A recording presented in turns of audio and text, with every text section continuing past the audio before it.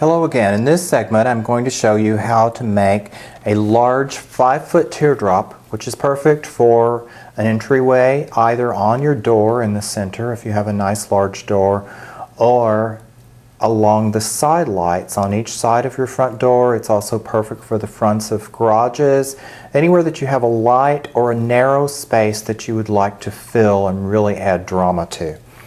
Some of the items that you need for this project: we have a large candy cane as a novelty item, which is our theme for this project. We have 3 different ribbons in 3 different widths to add interest and impact and softness.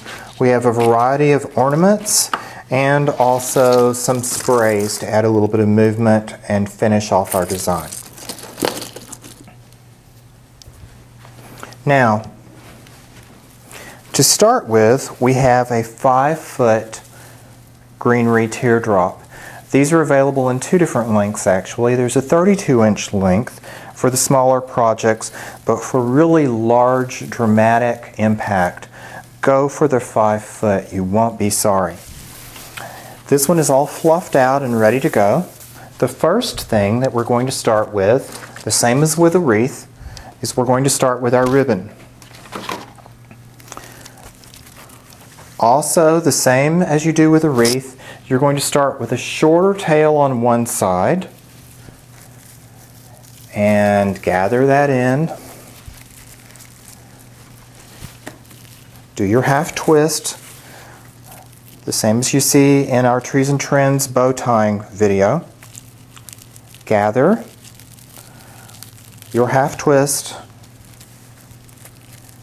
make your loop, gather, half twist, and make your 3rd loop. Now, whereas you might have found the greenery to be a little short in tying for a wreath, with a teardrop, as you can see, you've got long lengths to tie things into, so it makes it a real breeze to do. So you want to tuck that in all the way to the back. Take 2 pieces and twist once to anchor that in. Bring your short tail out here to the side, let that drape. Bring your long side over to the right hand and just let that hang for the time being. Start with your next widest width and repeat. Your tail. Make your 3 loops.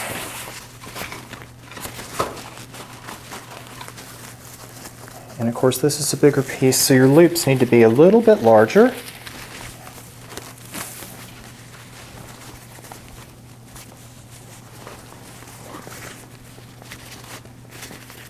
Again, gather. Make your half twist. And your 3rd loop, and gather, put to the center of the piece, and tie in the center of your bow. Again, pull the short tail over to the left and let it hang. Bring your longer length to the other side. And you're ready for your final ribbon, which is your narrowest.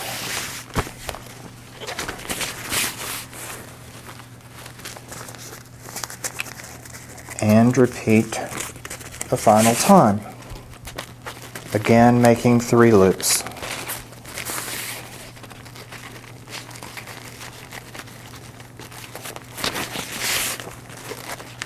Practice makes perfect, so don't get frustrated. You can always start over if you need to on your bow. Once you've got that tied in, get your loops all spread out. As your loops get larger, you may even have to use both hands to spread them.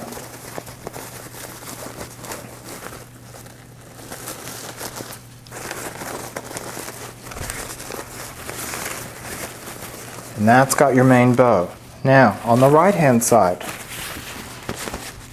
because of the length, you want to tear down and get movement going with your ribbon.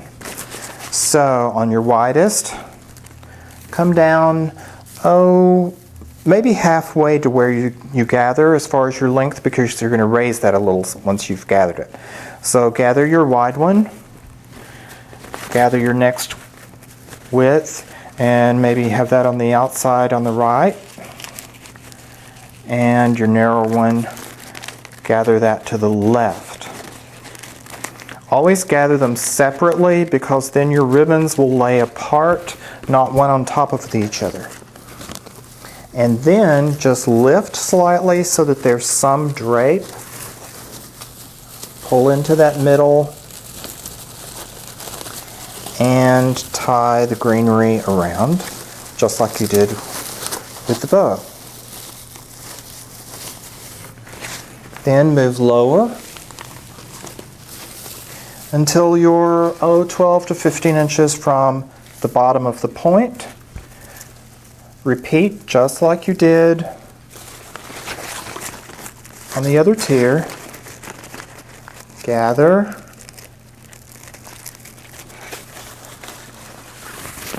and gather the third one. Again, don't pull tight, but this time you're bringing it diagonally across, and you're going to tie just a little bit on the left. This makes your ribbon gradually spiral or wind its way across the piece, so that you have a nice curve or almost S movement going with your ribbon.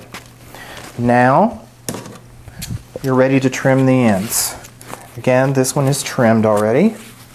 Our wider one, as I've mentioned before, I personally like to do a double point. I just find that to be a little more interesting. And of course the mesh, always cut straight so that you have the least amount of ability for it to ravel. Do the same thing at the bottom. Again, mesh, cut straight. Now you can let the bottom come down as low as you want. It depends on the amount of space that you personally have, so you can decide, but err on the side of caution.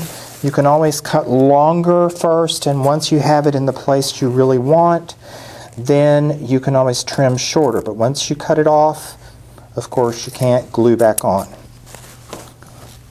Your narrowest ribbon, cut a little bit shorter than the wider, so that you've got layering going on. You don't want everything exactly the same length. Now, ribbon work is complete. The next thing I'm going to do is locate my big novelty item, which in this case is a 32-inch candy cane. Always choose larger rather than go smaller for the impact. Now, this is a little bit heavy, but it's still not major. And this is a loop on top, so that in addition to glue, we'll actually tie it in with some of the greenery. So I'm using my hot glue again, and I'm just spreading some on the back with a wooden spoon. Of course, if you're using a glue gun, you can just run a line along. Now, where you attached your ribbon in, that's where you want the candy cane to grow across, because you don't want to mash your ribbon in where it's not tied already. Now, I can also take, in some cases, and just do a twist. Now, you can do that temporarily until the piece is really settled in and the glue is hardened, or you can actually leave it that way if you've got ornaments going in and hiding it. Now, my loop that I showed you, just to help with the weight a bit, I'm going to tie that in. That's especially helpful also if you've got a high wind situation on a front entry. Now then, See, in this case, this side is a little long because it's hiding my cane, and I don't really want that to happen. So now I'm going to trim my tails on this side a little shorter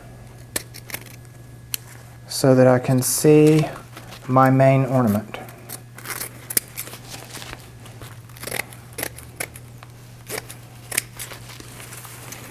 Okay, there we go. Next, I'm moving back up to the bow area, and we'll work on adding weight there. And to do that, we'll use our basket of ornaments. So I'm going to start with a green ornament. I'm going to move my glue pan over a little closer so I can just dip that in there. And right in here in between my loops, I'm going to tuck that piece in. Now notice it's on an angle. I'm not doing straight up and down. Then I'm going to take a red, dip it in the glue, and on the slight angle right in here in the middle, place that. And then one of the flat discs with the brighter colors and the whites. And of course I chose this because it has the white and the green striping on the candy cane. So I want to brighten that up. I want to play up those colors as well as the texture difference. And that I'm going to tuck over here between one of my mesh loops and my ribbon. Let that stick out to the side. Now that's given me a good weight and focal point for my eye when I look at the piece, and then start to travel down. Now, for my secondary weight, which is going to be at the middle where my candy cane crosses, then again I'm going to use a green ball, and I'm going to tuck that here in the greenery, which is actually the same pieces that I just used to help secure that. And so in this case I don't need to remove it. And then I'm going to use a red ball.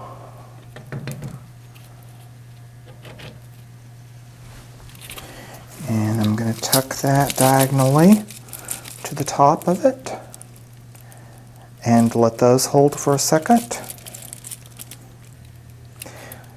Okay, now that the glue has hardened and these are in place, you're ready to move on down to the lower portion.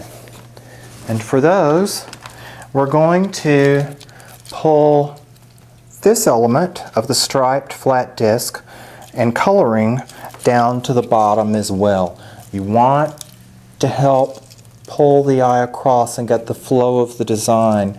You don't want just all the focus to be in one spot and the rest to not make sense. You've got to have continuity. So I'm going to use the green ball again and come down to where my ribbon is attached in the lower third of the piece, and I'm going to tuck that right in.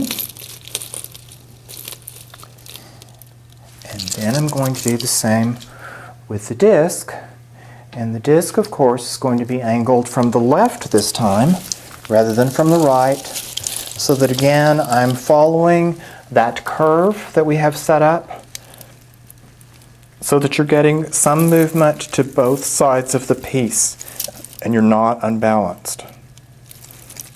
And then again, let the glue harden and we can do the final detail of the piece. Now once again, once your glue is hardened, then we're ready for the final pieces. We're going to use these ball sprays, which have this little springing action, again giving you some movement and some line. Just add a little more interest, airiness, and detail to the piece. So, dip our stem in the glue, and we're going to start at the upper left of the piece. We're going to tuck that in right behind the bow. Again, notice this is following the movement of the ribbon and the line. Then we're going to come over to the right hand side and we're going to tuck in over there. So then we have, again, this line you see. Now we're going to create a little secondary movement going on since this is a larger piece. If it were the smaller teardrop, you might be able to get away with just this, but since we're doing the 5 foot and it is so wide, we want to widen that span just a little bit. So we're going to drop down and just a little bit forward and tuck in another one. And to the right, we're going to move in a little more toward the center under this loop. And we can bring this up, curve these out a little. Okay, bring that under that loop. Again, use the wire and your ribbon so that you can fluff the bow back out. Now then, we've got the movement going there, and then we just need a final piece to help bring that airiness and, again, design of the piece down toward the bottom and connect. So we're just going to tuck that right underneath the other ornaments, and that's going to be able to hang almost straight down. Just spread it out a little to help continue that firework effect that we've got going up here, also shooting out the bottom of your piece. And now you have your completed teardrop and it's ready to hang. Just imagine how good this is going to look hanging in the center of, as I said, a large doorway, or the matching pieces hanging each side of your doorway or your garage entry with the lights overhead anchoring them off at night. Makes for a really beautiful design entry.